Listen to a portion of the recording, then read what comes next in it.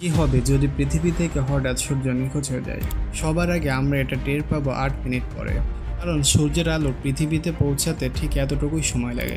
কিন্তু ৯ মিনিট পর পুরো পৃথিবী সম্পূর্ণ অন্ধকারে ডুবে যাবে। আকাশের চাঁদ যেটা আমরা প্রতিদিন দেখি সেটা দেখা বন্ধ হয়ে যাবে। কারণ সূর্যের আলোর প্রতিফলনেই তো আমরা চাঁদ দেখতে পাই। ১ বছরের মধ্যেই তাপমাত্রা -৭০°C পর্যন্ত নেমে যাবে। এর মানে হলো সমস্ত সমুদ্র বরফে জমে যাবে। কিন্তু যেহেতু শুধু উপরের বরফেই স্তর জমবে আর নিচের স্তরগুলো ইনসুলেটর হিসেবে কাজ করবে, তাই নিচের দিকে কিছু পানি অবশিষ্ট থাকবে। আর এই কারণেই গভীর সমুদ্রের ভিতরে যে জীবন আছে সেগুলো হয়তো সূর্য ছাড়াই আরো কয়েক হাজার বছর বেঁচে থাকতে পারবে। কিন্তু জমির উপরে ধীরে ধীরে সমস্ত গাছপালা মারা যাবে, কারণ ফটোসিনথেসিস ছাড়া তারা বাঁচতে পারবে না।